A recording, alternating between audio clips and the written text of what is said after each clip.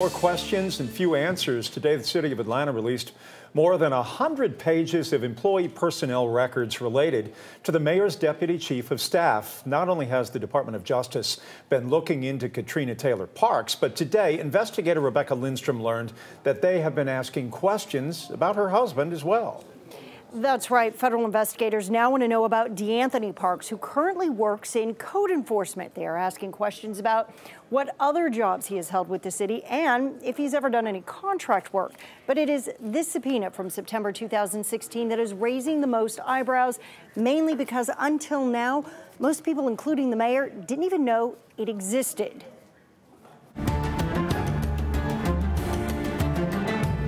The subpoena questions a key construction management contract related to the airport's expansion and several concession contracts. This is the exact kind of thing I've been banging my head against a brick wall. Government watchdog William Perry has been raising questions about these contracts for years. And I think this is just that thread that gets tugged on that's going to unravel the whole thing. To keep the team. Despite the subpoena, Kasim Reed wanted the contracts awarded before his term was over. City Council, unaware federal investigators were asking questions, actually voted on several of them. But before concessionaires could move in, the broader bribery scandal and mounting public pressure grounded those projects.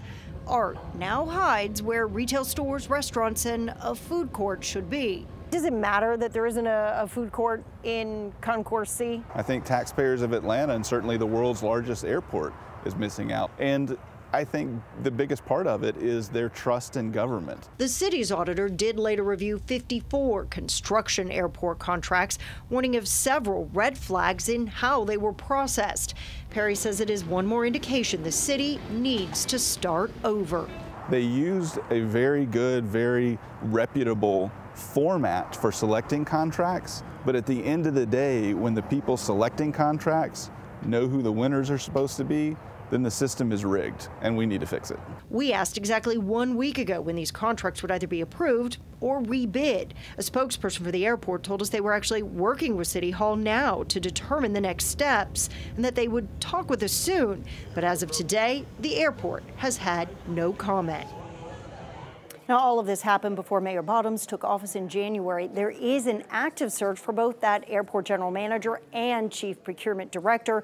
And until that happens, it appears these contracts will remain on hold. But I am told that this is the only subpoena that had yet to be released, that now we know about all of the subpoenas that have been issued. As for Kasim Reed, a spokesperson told me essentially all of this is old news. Seems to still be developing. On the contrary. Thank you, Rebecca.